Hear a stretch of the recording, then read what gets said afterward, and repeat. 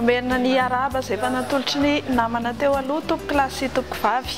Ny ena ny herin'ilay rivo-doza avy amin'izao fotoana satria 10 kilometatra isan'ora indray ny tafiotra entiny ary 20 kilometatra isan'ora ny rivotra miaraka aminy.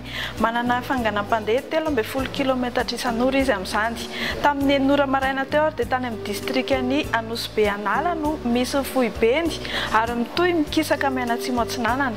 Vinavinaina ivoaka any amin'ny distrikany Nosy-Varika i ava amin'ny Takariva. Noho izany dia nisy fiovana kely ny filazana loza dia toy izao manaraka izao.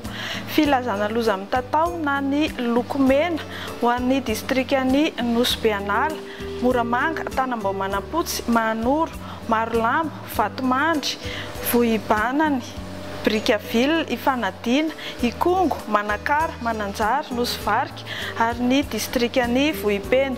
Filazana loza manambana kosa na ny filazana miloko mavo ho an'ny distrikany Ambohidratrimo, Andramasina, Antananarivo Atsimondrano sy Avaradrano ary Antananarivo Renivohitra, Manjakandriana, ny distrikany Arivomamo, Ambatolampy, Antanifotsy, Antsirabe Voaloha sy Faharoa, Betafo, Ambositra, Fandriana, Manandriana, Befotaka, Farafangana, ny distrikany Midongy Atsimo, Vangaindrano, Vondrozo, Ambalavao, Ambohimaisoa, distrikany Fianaratsoa Voaloha, Isandra, Lalangina, Vohibato, Iakora ary ny distrikany Ivohibe.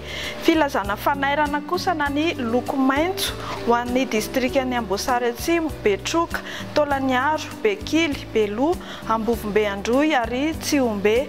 Filazana fahamailona na ny loko manga ho an'ny distrikany Antalaha, Mandritsara, Tsaratanàna, Andilamena, Ambatondrazaka, Amparafaravola, Fenorivo Atsinanana, Mananaravara, Maroantsetra, Nosy-Bora, Sainte-Marie, Soanieranivongo, Vavateny, Tomasina Voaloha sy Faharoa ary ny distrikany Anjozorobe.